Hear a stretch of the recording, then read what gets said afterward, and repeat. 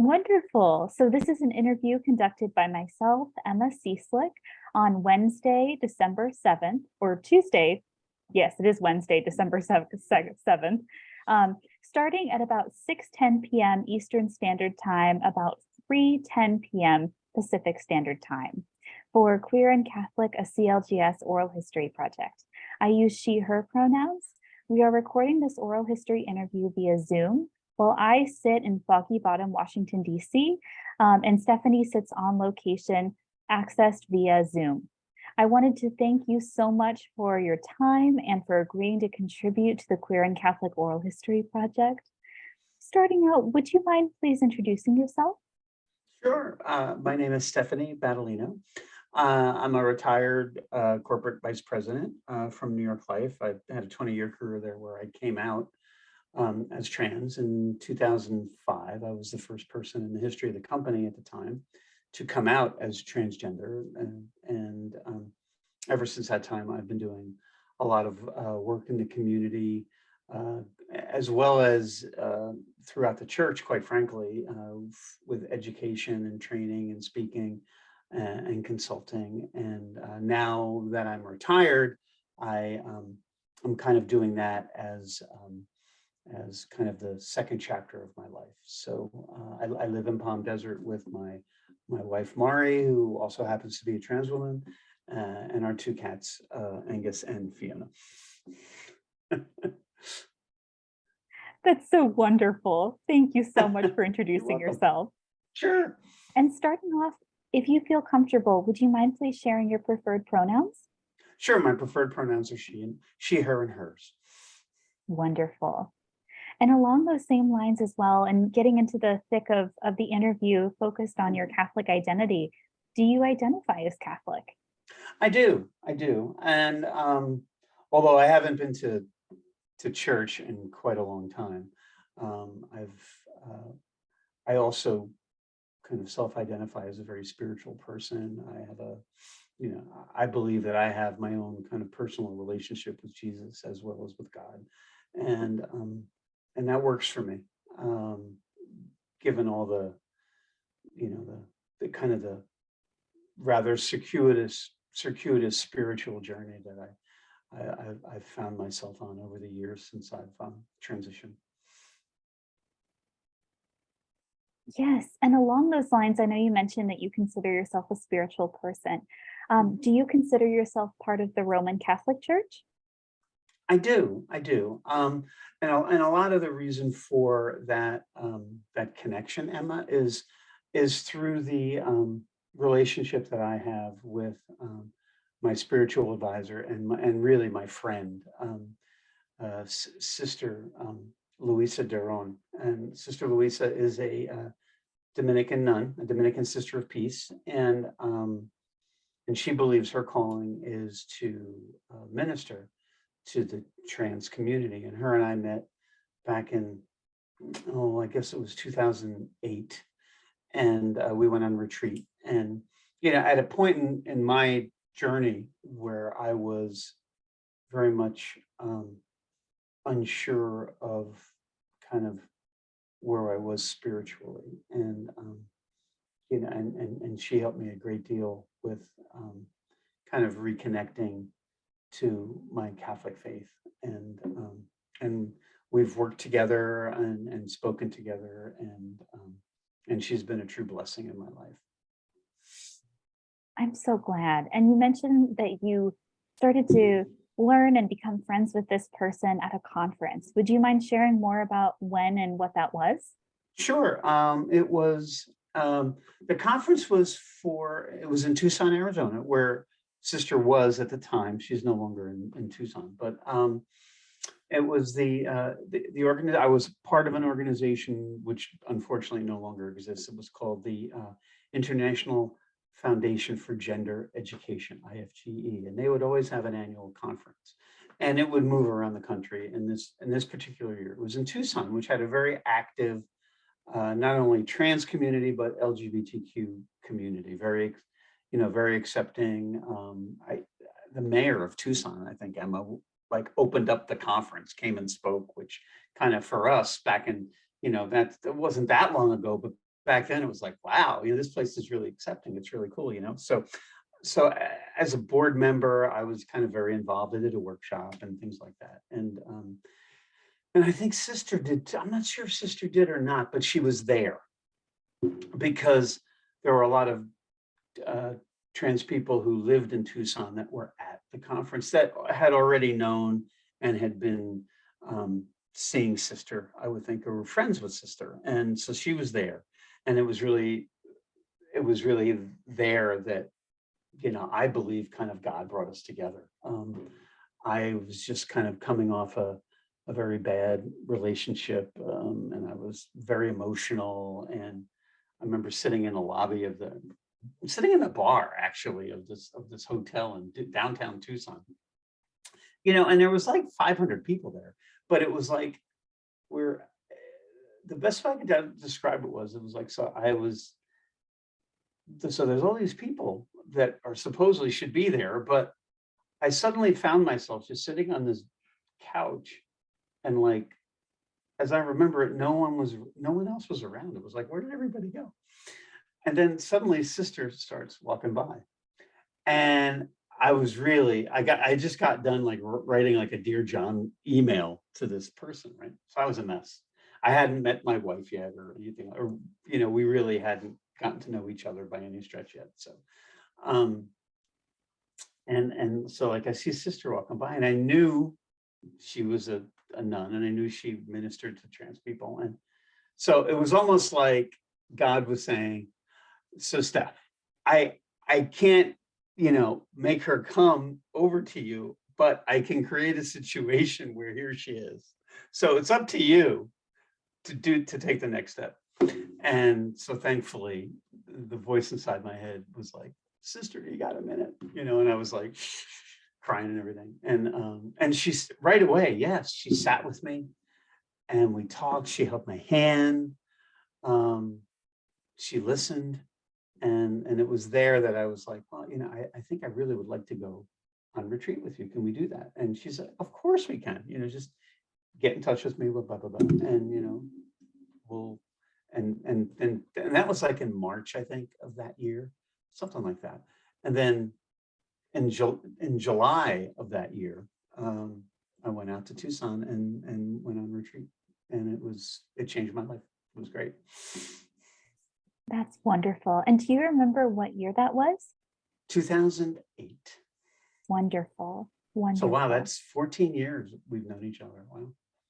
It's wild. Time goes by very Emma, strangely. Oh my now. God, please, right? It's like you blink sometimes. It's like my son's 28. It's like, get out of here. I changed his diapers last week. What are you talking about? Thank you. And with Sure. the interview, we really love to start and get a picture of what your childhood experiences looked like in your childhood religious environment. When and where were you born? So I was born in 1958. So I'm very much a boomer. I was born in Newark, New Jersey, in a hospital that doesn't exist anymore. But I grew up essentially in a town called Kearney, New Jersey, which is literally 7 miles west of New York City. I mean, from my high school, you could look across the Meadowlands, and you could see the skyline of New York. That's how close I was to New York City. So, I grew up in a very blue collar, very middle class Italian American family. My dad and my mom both were originally from downtown Jersey City, New Jersey, which, for their era, there were, and they were born like 1919, 1920, I believe. So for them growing up in Jersey City, downtown Jersey City, it was very much kind of like the Italian ghetto in downtown Jersey City, and children of the Depression, that kind of thing. So they kind of brought those values, I think, to our family unit. I was the youngest of 4. I was the late baby, the rhythm kid, that kind of thing, which was told many times, because there was 12 years difference between me and my middle brother and sister. who are fraternal twins. And then my oldest brother, who passed a couple of years ago, when we had Sorry. COVID lockdown, but thank you, but not because of COVID, but he passed during that lockdown time. Couldn't go to his funeral or anything like that, but that's another story. So, but he was like, geez, my brother had to be like 15, 16 when I was born, 15, something like that. So, but so that created a different family dynamic for me. But anyway, so very blue collar, very, very middle class, very Italian American. My dad, mom and dad didn't graduate from high school. My dad drove a truck. My mom was stay-at-home mom, always was. She didn't even learn how to drive a car. And we went to church. I mean, I did not go to Catholic school. I went to public school, but I went to catechism. I remember going to catechism like on Mondays, I think it was. And our parish that we went to was called St. Stephen's in Kearney. It's still there. Kearney had like 3 or 4 Catholic churches. It's not that big of a town, but it had like three or 4 Catholic churches. It had St. Stephen's, where we went. And then on the other side of town, where it was St. Cecilia's. To this day, I don't really know the difference other than the architecture of the church was different. And then there was a church, I think it was Our Lady of, Emma, I'm going to kill I think it was the Polish parish. It was Our Lady of Czestochowa, and OLC it was called, Yes. For short. And that was another parish that I think most of the Polish families went to, I guess. But yeah, it was pretty wild. And so for me, it was very much church on Sunday, go to confession, still bear scars of that, to be candid. We had a fire and brimstone Monsignor back in those days. It's funny that I'm actually telling you that. That's how much I still remember it. I'm 64 years old, for God's sakes. I'm talking about something that happened when I was like 9. So then I received all the sacraments at St. Stephen's.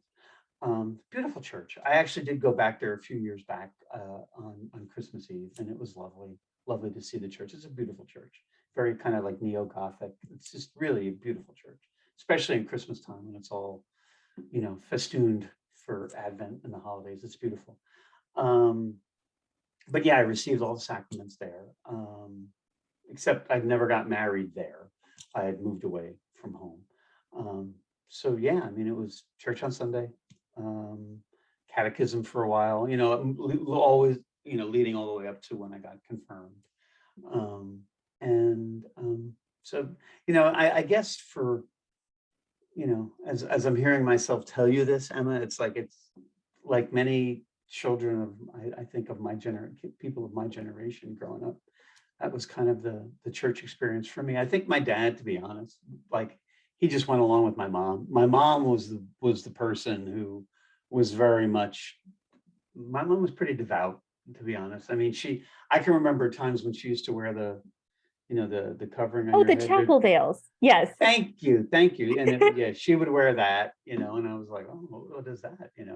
And but yeah, she used to do that. My mom was very big.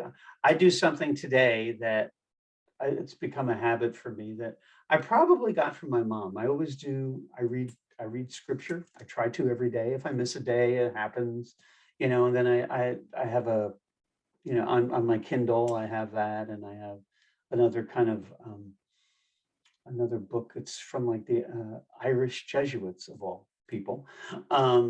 It's like reflections, daily reflections. And I try to read those every day. And I miss days, like I don't think I read it this morning, but I try to be very regular about that as best I can. And I think I got that from my mom, because my mom used to sit on her front porch all the time and do daily prayers. She had a little, the little prayer cards, and she had a bunch of them. And I'm sure she prayed the rosary too, Emma. I mean, I have a beautiful rosary. I'm looking at it right here that I got from the Vatican for it was a special edition from the Jubilee, a few years back when we were in Rome. I'd gotten it. And but I will admit to not praying the rosary. This is, I feel like this is like, truth or consequences, right? But I'm kidding. But yeah, but so that was really kind of the kind of my background, in the Catholic Church. And I barely, I can remember, I mean, faint memories though, Emma, as a young kid, where I think it might have been, because I was born in 58, right? When was Vatican II? I don't remember, but it was like the 60s, right? I think Um, 62.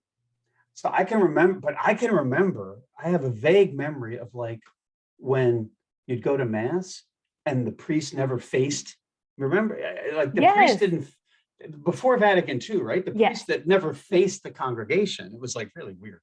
And then I think the mass was in Latin, or at least portions of it were in Latin. I like vaguely remember that. It's really odd. And that all happened at St. Stephen's. And then suddenly, the priest actually faced the congregation, and it was in English, and they changed the whole order of the mass and everything. I actually do remember that. And so yeah, I mean, and that's really my, my faith journey, really. And that pretty much lasted, when I got into high school, I think I was still going to church, like a lot of kids, teenagers, like, oh, mom, I don't want to go to church today, it's that kind of thing. And then I wouldn't go, and I do remember going to college. When I was away at college, I went to the University of Delaware. That was where I got my undergrad degree. I graduated high school in 76. So 76 to 80, I was in Delaware. And I remember going to church there. They had it was called Thomas More Oratory, which was the, and they had a chapel on campus. And that's where you can go on Sundays to go. I used to go with my friends and, receive the sacraments and all that kind of stuff. So yeah, that's kind of the foundation, I think. Hopefully that kind of helps set the foundation kind of my Catholic upbringing, I guess. That's wonderful. And I know you mentioned it as you were going through some of your formative moments and experiences. Where did you attend primary and secondary school? Okay, so all in Kearney through the Kearney Public Schools. So Kearney High School. So I went through all the, elementary school, junior high school, and then high school, all within Kearney Public Schools, Kearney High School. So it was all public. And then, and then when I graduated in 76, I actually went to Delaware on a, back in the day, I was a bit of an athlete in high school.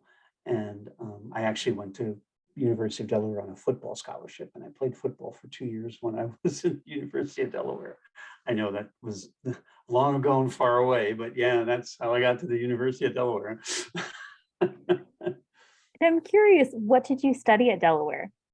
I studied communication. I have my BA is communication. I have an MBA, which I got later, but in marketing. But my undergrad is in communication, and it was interesting. Unlike a lot of my peers, and especially like some of my teammates, people were changing majors left and right. It's like, but I started out as a communication major, and it was kind of as I remember, it was kind of a fledgling department at Delaware back when I went. But I stuck with it. I enjoyed communication. There was a time when I thought I was actually going to pursue a career in the radio industry. I had worked at the campus radio station. I was an on-air personality for 4 years, and I loved doing that. And I actually was thinking about pursuing a radio career. That didn't quite work out, but that had a lot to do with my staying within the communication department. Liberal arts all the way. Avoided math like the plague. I did. I'm like, oh my God, it was horrible. Because when I was in high school, I actually wanted to be a civil engineer. I wanted to build bridges and things like that. And and I did really well in math until I hit calculus. And then it was like, this is like, this is Greek to me. This is like, you're teaching me in Latvian or something. I mean, I don't know. I have no idea what's happening here. And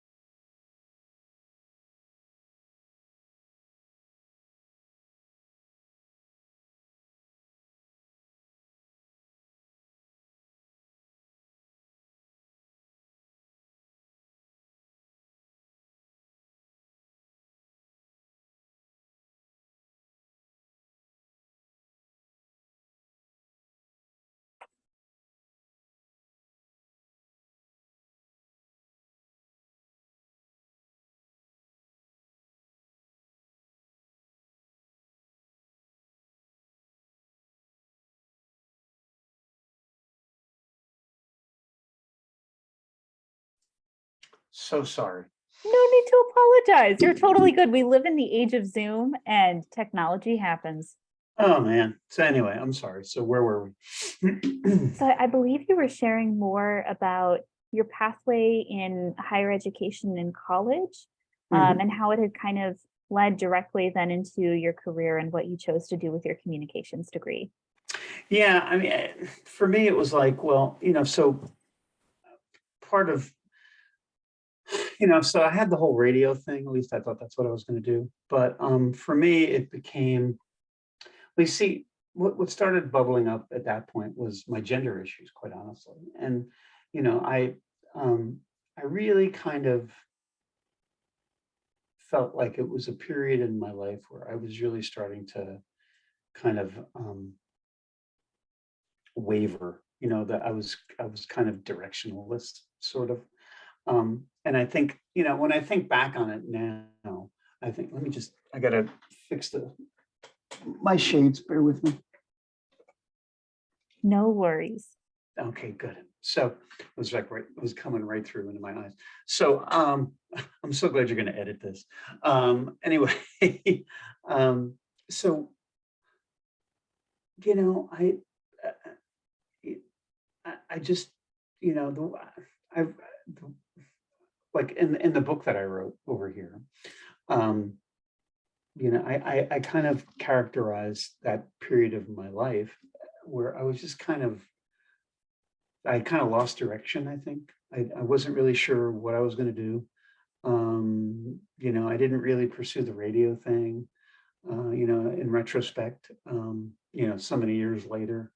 So I was always kind of looking for the easy out, I guess, and having a liberal arts degree like communication. I mean, I might as well have just been like and I don't mean to offend any philosophy majors that you have in your life, Emma, but I mean, I might as well just have been like a philosophy major or like, American studies major or something like that, because, and I loved American studies, by the way. I took one of those classes, but it's like, for me, it was like, well, just, get a degree, like almost like a one size fits all kind of approach, where I could kind of take it and go, well, yeah, I can get into your management training program because I had a communication degree, and like, it wasn't like, I graduated, say, with an accounting degree, so like, or a finance degree, or, or like some sort of management degree or something like that, none of that, business management, nothing like that. Things that, as I think back on it, in my next life, that might be something that I should have done or would have preferred to do. But I think my gender issues were clouding my ability to think clearly and manage through a lot of that. Because at that point, and it was this late 70s, and there was a lot of drugs around, and drinking, and I will tell you that I never pushed anything away. So that didn't help either. So that's really kind of, where I was at the time. So I wound up in a management training program for like a new retail chain of stores that was launching in the Delaware Valley area of southern New Jersey and the Philadelphia area of Pennsylvania and Wilmington, Delaware area.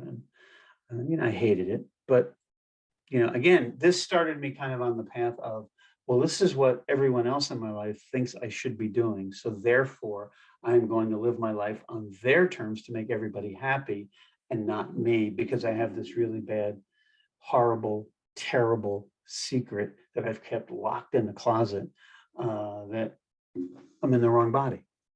And so, yeah, that's kind of how it all kind of played out at that stage of my life.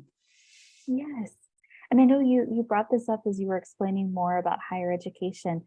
When did this period of gender discovery happen? And when did you come out to yourself and if you are, to your family? Well, I didn't. So, and this was, the 20, I was in my 20s, and in my teens, I always knew something was, I was actually started at a very young age, started cross-dressing in my sister and my mom's clothes. A somewhat common theme, frankly, for trans people like of my generation, my generational cohort that have transitioned later in life. So, throughout this entire time, like when I first started experimenting with my parent and my sister and my mom's clothes, I was like 8, 7, I was young. And that just really kind of continued all the way through high school, even into college, kind of cross-dressing on my, with the door locked to my, and bolted shut to my fraternity house room. I mean, really, but that's what I did. And, but Emma, here's the thing. I mean, that I was, college age, right? I never came out to my parents, because by the time I did come out, I was in my 40s. So it was really just decades of what I always describe as shame, guilt, decades of shame, guilt, and denial. I couldn't, this was I graduated in 1980. I mean, and then I started working in this series of meaningless jobs as I look back on them now throughout most of the 80s. I wasn't going to come out in the 80s. I mean, we didn't have, I sound like Methuselah now or something, but it was like, we didn't have cell phones. We didn't have the internet. We didn't have community. I thought I was the only person that was like that. And you hear that a lot from people, I think, that are, again, of my cohort, my age. But so there was no way in heck I was going to come out to anybody. There was no resources. There was no affirmation. There were no people there was no way. Couldn't do it. Nope. So that really, continued that throughout my life. And, I was married 3 times, I was divorced 3 times, it was all really, that's all rooted back to, where I was with my gender and not being able to reveal that to anybody and feeling ashamed and whatnot, and honestly, at a young age, to bring the Catholic Church back into it, I thought God made a mistake. I mean, what I was hearing from the pulpit as a kid, made me formulated in my mind that I was, the personification of blasphemy or something. It was just, no, what it really did for me was it just kind of cemented in my mind, no, this is a secret that I will take with me to my grave. and I'm saying this to myself when I'm like 12, but I was petrified. There's like, no way, I can't, nobody can ever find out about these desires that I have, these feelings that I have.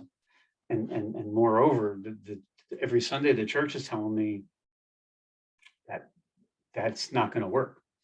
And so, and I don't, and let me just, to be fair, I'm not suggesting that I'm laying all this at the feet of the Catholic Church. No, not at all. But it certainly reinforced whatever fear I had. I never got a sense that, well, the church could possibly be a safe haven of acceptance for me, for people that are different. They're still fighting with that within themselves, so yeah, that's kind of how it all kind of went down, to be honest. Yes. Wasn't great. I So tell you, sorry. wasn't. Oh, Emma, thank you for saying that. You're so sweet for saying that, but I'm good. Trust me. Therapy is a very good thing. Yes. Thank you so much for sharing. And that actually leads right into my next question in line of thinking was, I know you mentioned that you were aware of this gender identity at a very young age, as many are. And as part of that, you were receiving different messages and understandings about gender identity within the church. What did you learn from an early age? I know you mentioned that you weren't getting reinforcement that this gender identity was acceptable. But what did that look like, and who were you hearing these things from? Well, but I think it was a combination of things. So first of all, in my house growing up, it's very traditional, right? I mean, it was my dad, the breadwinner, and mom, the homemaker, so there were, it was very, I mean, it wasn't Ozzie and Harriet by any stretch, but but gender, let me put it this way, gender roles were very clearly defined. And you don't step out of that box. You just don't. At least there was fear in my mind that, oh, good, there's no way you could alter that, right? That construct. So then, and then to bring the church into it, every Sunday I'm going to church and it's like, so there's the nuns over there, the picture of subservience to my way of thinking. I feel a little bit differently about the nuns now. I think the nuns get it, but we can talk about that. Based on my experience with people like Sister and her fellow sisters who I've met and are totally on board. But yeah, I mean, but at that time in my life growing up, it's like, wow, okay, so priest runs the show. What he says goes. So again, very rigid gender roles to this day are, I would argue, in the church, still very strict. Women priests, really? I didn't start to see that until I went to an Episcopal church for a few years. I was actually a member of an Episcopal church, Emma. After I had come out, this is like 2004 to 2000. Oh, for a while, when I moved away from New Jersey, I kind of, stopped, couldn't go there anymore. But that was the first time where I'm like, women priests, you can do that? Really? And it's okay? I mean, I don't mean to make light of it, but really, that was the first time, and here I am, like a 40-something person walking into an Episcopal church going, wow, wait a minute here.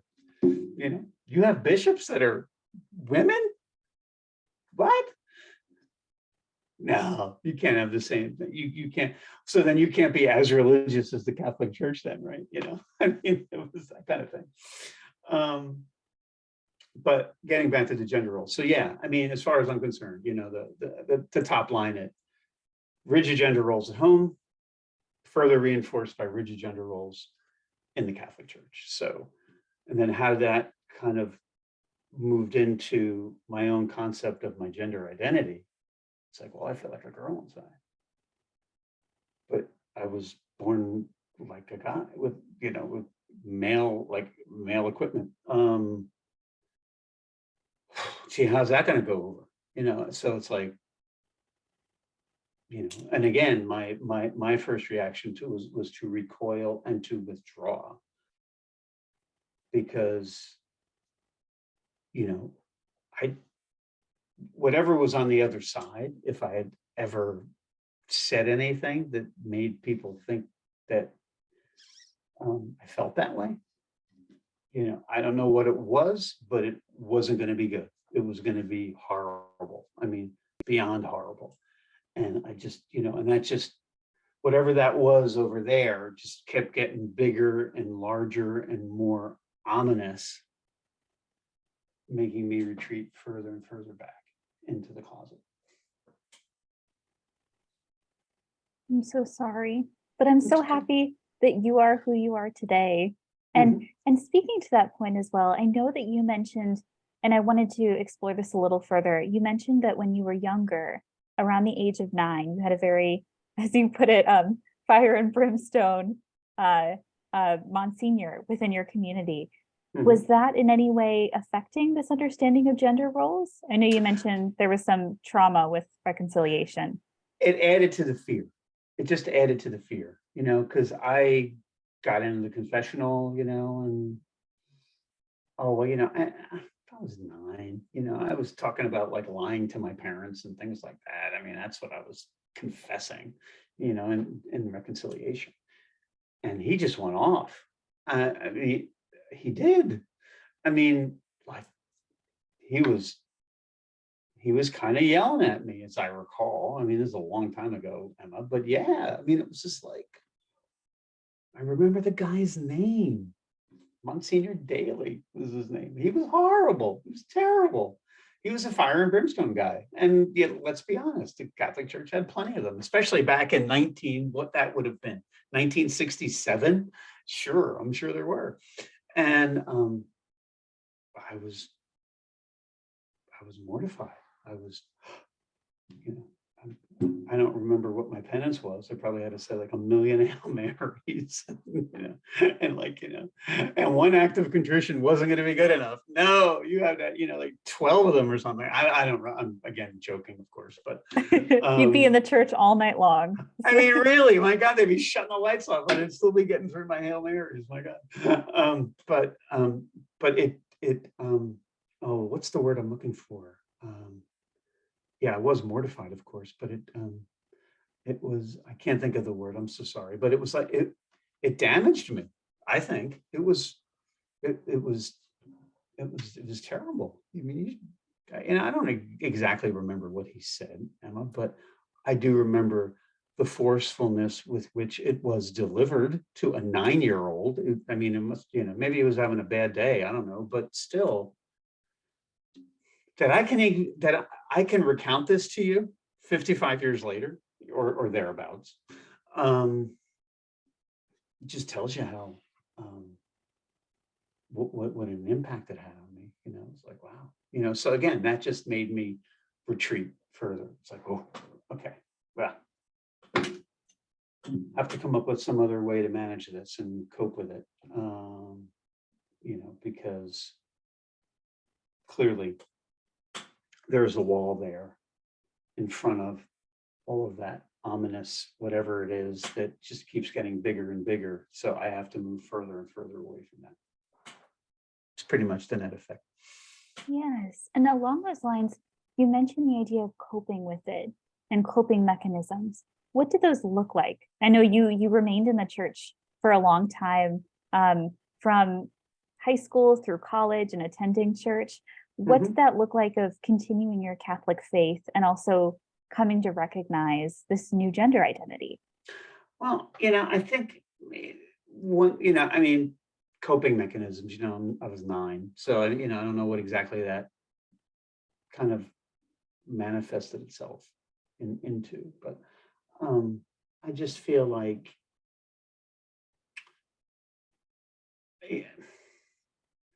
it early on, younger adolescence, what it really kind of led to for me was like a double life. It's like, so in my private moments, I could fantasize about what it would be like to have a woman's body and and and live as a woman, and and all those sorts of things. Obviously there was sexual excitement surrounding that, so that manifested itself in certain solitary behaviors that I would do. And but that was always, I always made sure I did that in private moments when no one was around. So there was that. And then there was, so whatever act you need, whatever facade you need to create, so I put a lot of energy into creating that facade, and through, that, my adolescence and through college, that was easy to do because of my athletic background. It was being involved in sports and being pretty good at it. Um, it was easy to make friends. It was easy to hide. It was easy to kind of integrate. I was a big jock in high school and all that kind of stuff. But always nice to people. I was never one of those jerks that you see in movies or anything like that. But the point is, that was part of my coping mechanism. So I made sure I had these private moments where I could go to a different place. And I think that enabled me to continue to feed the facade over here so that no one could ever know what was going on over here. It's really kind of how it was. And like I said, that went all the way through. Heck, that went all the way through marriages too. I mean, just kind of jump. I don't mean to be jumping around, but chronologically, but it's like, so my marriages, the first two, these all happened in the 80s and they didn't last for very long. Because again, it was something I thought I should be doing my heart was never really into it, which, I feel very badly about for the women that loved me. And I don't want to sound like I'm some sort of sociopath, but sometimes, it's like when I was writing the book, I talk about this and I feel very badly. I mean, that I, because I was still doing that behavior. It's just the facade part changed. Now I was this married guy, working, and, that kind of stuff. And, just trying to build a life, and, and I felt bad. I feel, in retrospect, I feel badly about that because, you know, these women came to the relationship wanting something that I couldn't give them. And I thought that I could. And, and it's a part of the facade. I thought that was giving that to them, but it was really wasn't coming from an honest place, um, so that, it wasn't until the last marriage that ended in divorce in 2004. She was the one that found out, but that was the point I was trying to make. The first two never knew. That's how good I was getting at keeping the secret. I could still be living with somebody, be married to someone, and still be able to go off to my secret place and find those times to go do that when they weren't around. So, it was just kind of feeding the, I mean, who was I kidding? I mean, but that's, again, I was prepared to live the rest of my life like that. But then circumstances didn't actually work out that way, and, so here I am, Do you mind sharing more about that? I know you mentioned circumstances. What did the coming out experience look like to you? Well, I didn't come, my third wife found pictures of me because I used to go off and go get, because by that time there was the internet and I realized I wasn't the only person. And, there was, you could go meet up with other trans people / cross dressers in hotel rooms and get dressed and take pictures. Sometimes it involved sex, sometimes it didn't. And she found the pictures. I stupidly brought them home in my briefcase. I to this day, I don't know why. It was like probably an unconscious way of wanting to get caught because I was done with it. And so that's how she found out. So I didn't really ever come out to her. You know, and we continued on with the marriage. I mean, and where did we go? That the night that happened, it was New Year's Eve, like 1998 or 90, I forget when it was, something like that. So what did we do? You know, because at that time, we were involved in our local church. I was a lector. I was in the Knights of Columbus, for crying out loud. And when this all went down, my son was just an infant. The only thing that we thought to do was go see our pastor.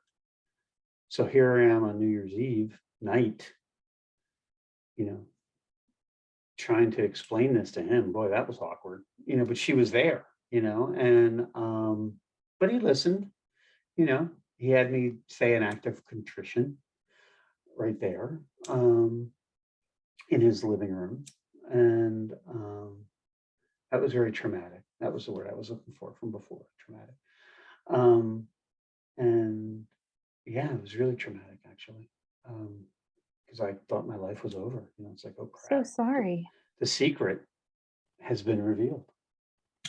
You know, it took that long, but it was revealed. And then he, the interesting corollary to that, though, Emma, is he said, you know, I know a therapist that I have a therapist that you should talk to. And we were both like, oh, okay. Catholic Social Services. So I went once.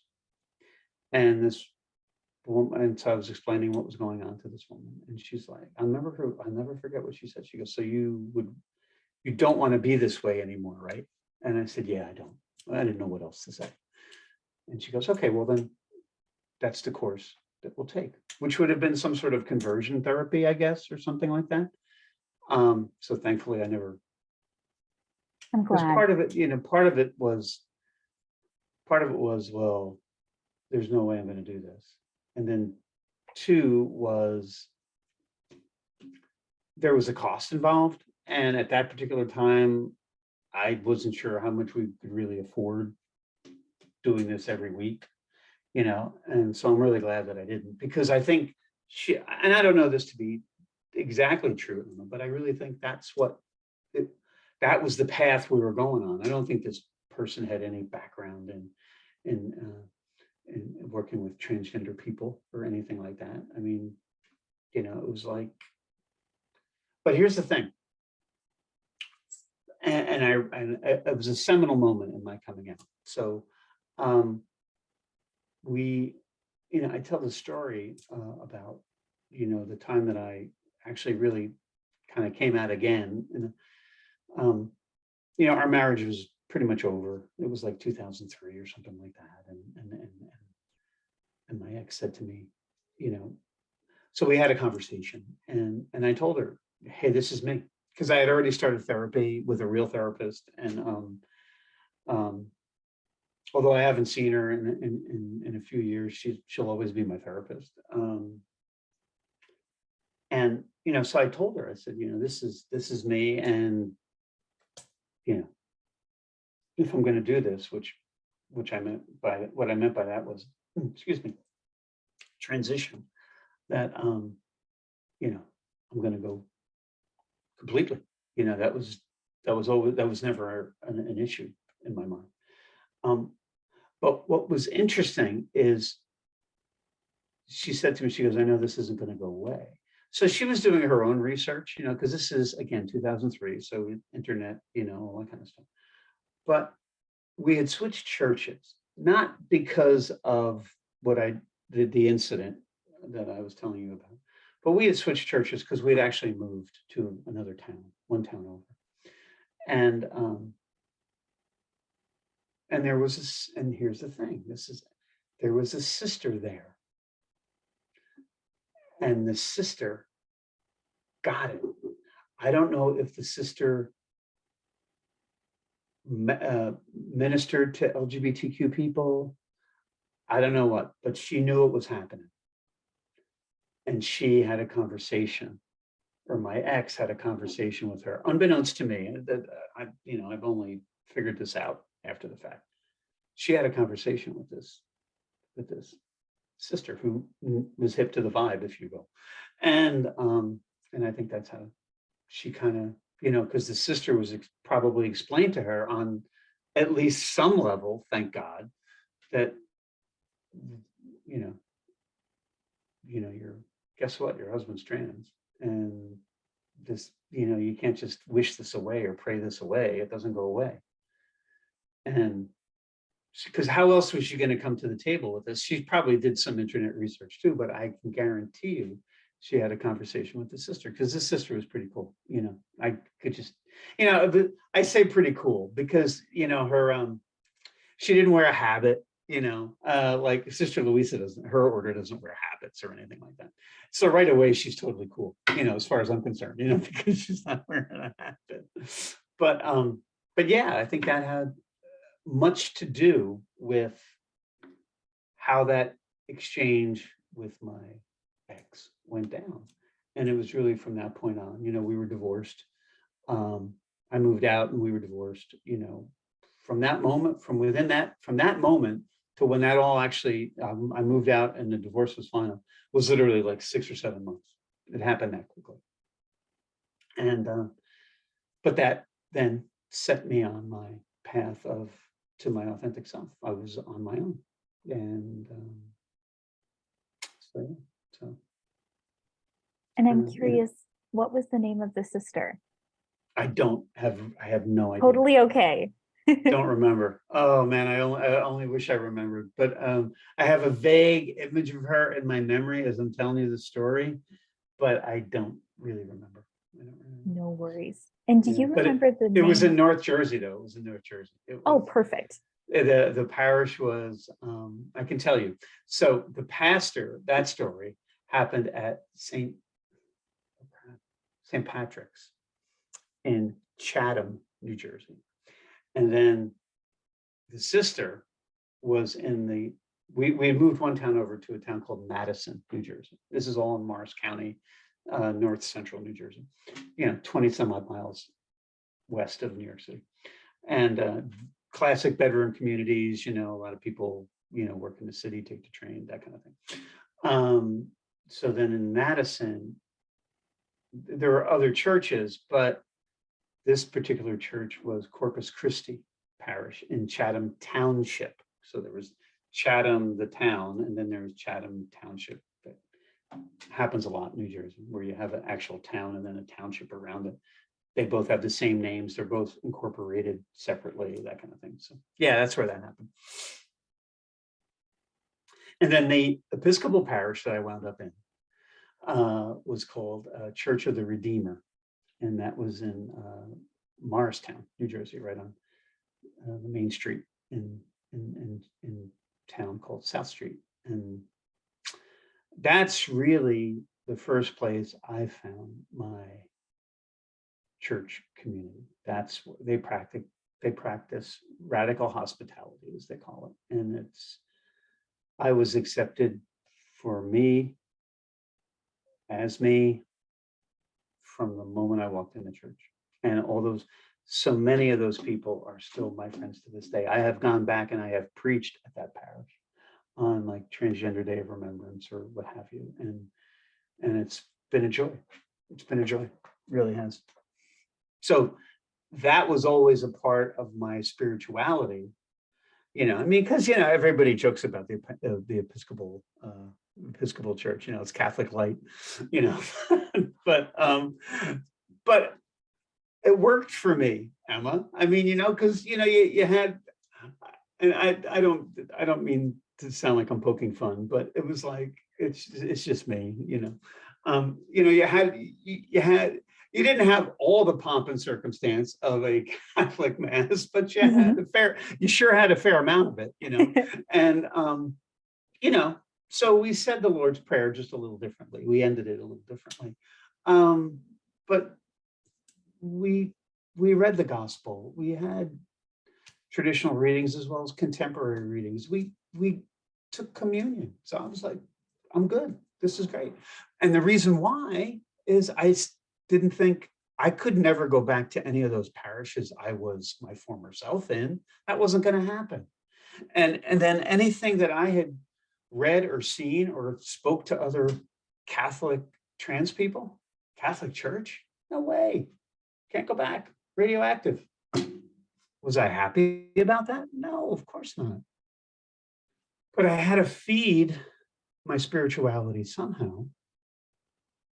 And Sister was always good about telling, Sister Louisa was always good about telling me, Steph, find a church community. I haven't found one yet here in the desert. I will admit to you, Emma, I haven't looked all that hard. COVID had something to do with that. I was going to say, things have happened. I'm sure there's very accepting parishes around here because, well, the LGBTQ population being what it is in the Coachella Valley, blah, blah, blah, Palm Springs, But if and when that happens, great. For now, I have my personal relationship with God and Jesus, and it's working for me. And but back then, especially because it was the early days of me, you got your affirmation where you could get it. And for me to be able to find a church community and get the affirmation at the same time, well, that was working for me. And I became very involved in the church, sang in the choir. I was a lector again, communication major, right?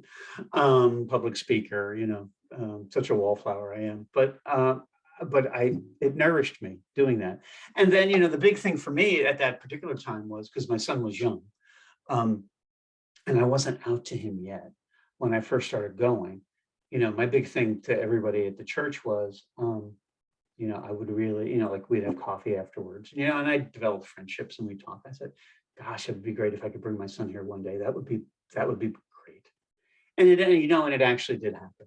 He came, after he got around to accepting me, and that's a whole nother story that thankfully has worked out really well. But then he started coming to church with me, got involved in the youth program for a while, and he was a part of the church, and my friends embraced him, and so it worked out, really well. It was so you can imagine why I speak so positively about it, because it really more than filled the gap that kind of I want to say the Catholic Church created. I mean, I don't want to, I feel like I'm being very accusatory, and part of because I have to own some of that too, though, Emma, right? I mean, at least I think so. So, so it's that. So there you go. Thank you. And you're welcome. Along those lines, that brings up another really important question I wanted to ask. Sure. In your childhood and in your spiritual journey, did you ever encounter anyone who identified as queer and Catholic? Never. To this day? Not until I got to, let me just think for a sec. Yeah, not until I got to the Church of the Redeemer did I ever encounter someone who identified as LGBTQ that was a part of the same religious community that I was in. No, never at any time in St. Stephen. No. And not even in college either. I didn't hang around with the gay people, because again, I didn't want anybody to think that I was like that, so no. So I for all I know, the University of Delaware, I mean, I remember I was a TA at a human sexuality class, and they talked about transgenderism, as they called it, and cross-dressing. And I remember when that part of the curriculum came up, I was like, oh my God, wow. Not that I didn't already know, but I'm like, holy crow. So I think there were gay people Yeah, but that wasn't in church though. That wasn't in a church setting. That was in an academic setting. So no, I don't think, oh gosh, gay people at any of those churches I just mentioned to you, like St. Patrick and Corpus Christi, no, no. Mm-mm. If they were way in, no, no. Gee, can I be any more definitive? But I'm just I keep iterating in my mind. It's like, did I ever? No, not at all. Not until Redeemer, because there were a lot of, as we called ourselves, recovering Catholics at that went to that church. Not just, there was the group of trans people that were also my friends, and we all sat in the same place but we were friends too. We didn't just see each other at church. But there were a lot of gay couples and lesbians and lesbian couples. And as you got to know people and talk to them, it's like, no, they were all brought up Catholic, but they were like, Catholic Church doesn't really think too highly of me, so I need to find my church community somewhere else. And we've looked around. A common story, Emma, was, well, and just as an example, a common conversation would be like, well, we went church shopping, and the Universalists love them, but it just wasn't working for me. The UCC church, but we found a home here. And now, in all fairness, the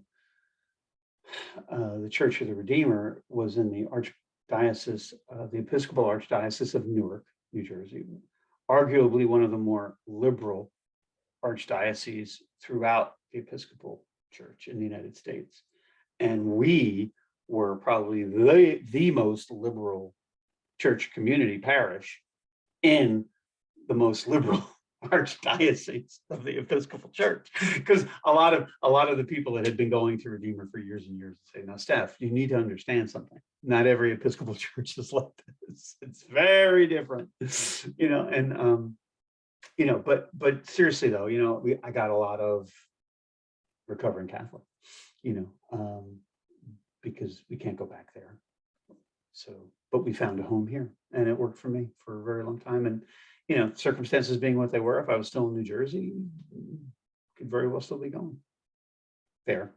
I mean, while still having a Dominican Sister of Peace as my spiritual advisor. But you know what? You get your spiritual nourishment where you can. There are no rules as far as I'm concerned. I don't think God or Jesus would look at me and go, oh, pick a lane, Steph. I don't think so. I don't think so. At least that's how I feel. Most definitely. And I think that ties into my next question. I know you mentioned a lot of recovering Catholics, and from your work and getting to know you, you work a great deal as a speaker and a writer who incorporates their own experience into the work that they do and the impact they have on the community. Have you encountered many recovering Catholics as part of the work and the speaking that you do? Oh, I have. Yes, I have. Especially yeah, I have. A lot of people say, Steph, I had a similar experience where, trans people in particular, really, or mostly, they're like, well, I couldn't, a lot of them had a similar story. I couldn't go back to my old parish. They all knew me as Joe or Jerry or Bill or something. And me show up, that there was no room for that. And in fairness, who knows? Maybe there would have been, I mean,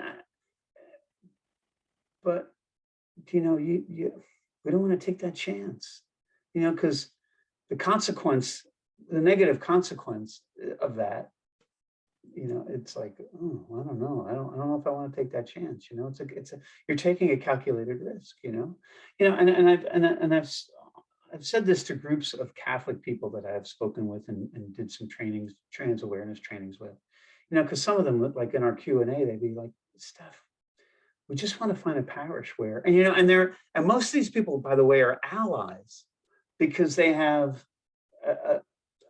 a trans grandchild, maybe, or I think in one case was the case, or or another, or trans daughter or son. But we want to find a parish where we feel home. We're at home. And I'm like, I got it. I understand. I get it. I totally get it. And I said, you might find it on the, and I think this is the conundrum, Emma. It's like with the church right now, it's like you might find a parish that has a rector. Are they called rectors? I'm sorry. Or is that pastors, maybe pastor? monsignors? Yeah, pastor, monsignor. Yeah, rector is Episcopal Church, right? But so you might find a parish that's pretty hip, because the pastor gets it, and it might exist in an area where there's a lot of LGBTQ people, like here in Palm Springs, for example. I don't know, but the problem, and I'm not telling you anything you don't already know, but for the record here, there is no greater hierarchy than the Catholic Church, right? So and layers. So it's like hip pastor on a local level still has to report through to a bishop or an archbishop who may very well not be on board. And as we all know, there are many bishops, not all, but many bishops and archbishops in the United States that are not cool at all with trans people. And some have been very public about that. So what's that? To say nothing of Rome, because that's the one thing that sister taught me. Rome, it's kind of they're their separate thing. The Pope and what he says and what he does and what he They're across the pond over there. But I mean, in my humble opinion, they're very much disconnected, I would say. I mean, I know I get pushback from people, in the Catholic Church, that in the hierarchy, but very much disconnected from what's going on here. He can say whatever he wants, but they're going to go do whatever they do over here. And on a parish level, that could be happening. I mean, positively, but at the end of the day, if there's a bishop or an archbishop who gets wind of what you're doing, you're having a mass or a service around Transgender Day of Remembrance in your church. What? Can't do that. I'm just using that as an example. I don't even know if that happens. But I'm just trying to make a point. You see what I mean? And yes. And I think that's the problem. I do. And that's why you get recovering Catholics that are like, especially in the trans community, they're like, I can't take the chance of going back to my parish because I don't know. And by the way, I'm not comfortable going back as my true self because everybody knows me there as my former self. And do I have to set myself up for all that heartache? And I mean, as it is, I've had to come out to everybody else in my life, and in many instances have been voted off the island, by my family and my children and all that kind of stuff. So I'm going to go through that with my parish community. Oh, please. I bear enough scars. I need more. I need to get hit on the head again. No, I'm going to just find a place, find a parish, perhaps in another religion like the Episcopalians, and I'm accepted from day one, and I'm nourished, and I can continue to have my community and my relationship with God and Jesus Christ, and I'm fulfilled. So why wouldn't you do that, right? So maybe the church will get it one of these days. I don't know. I pray for that. I do. I really do. Most definitely. And that leads me to one of my last questions. I always like to round out the interview with this one. Sure. How do you see your Catholic and your LGBTQ plus identity? Do you consider them compatible, conflictive? Do they overlap? How do they engage and interact with one another? Well, I think they're all a part of me. And, because what have I learned in this, in my journey, and especially my spiritual journey.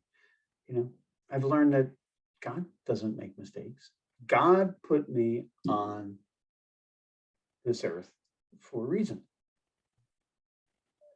He gave me a directive that I can never recall or understand because I wasn't even formed yet, to be on the earth to do what I do.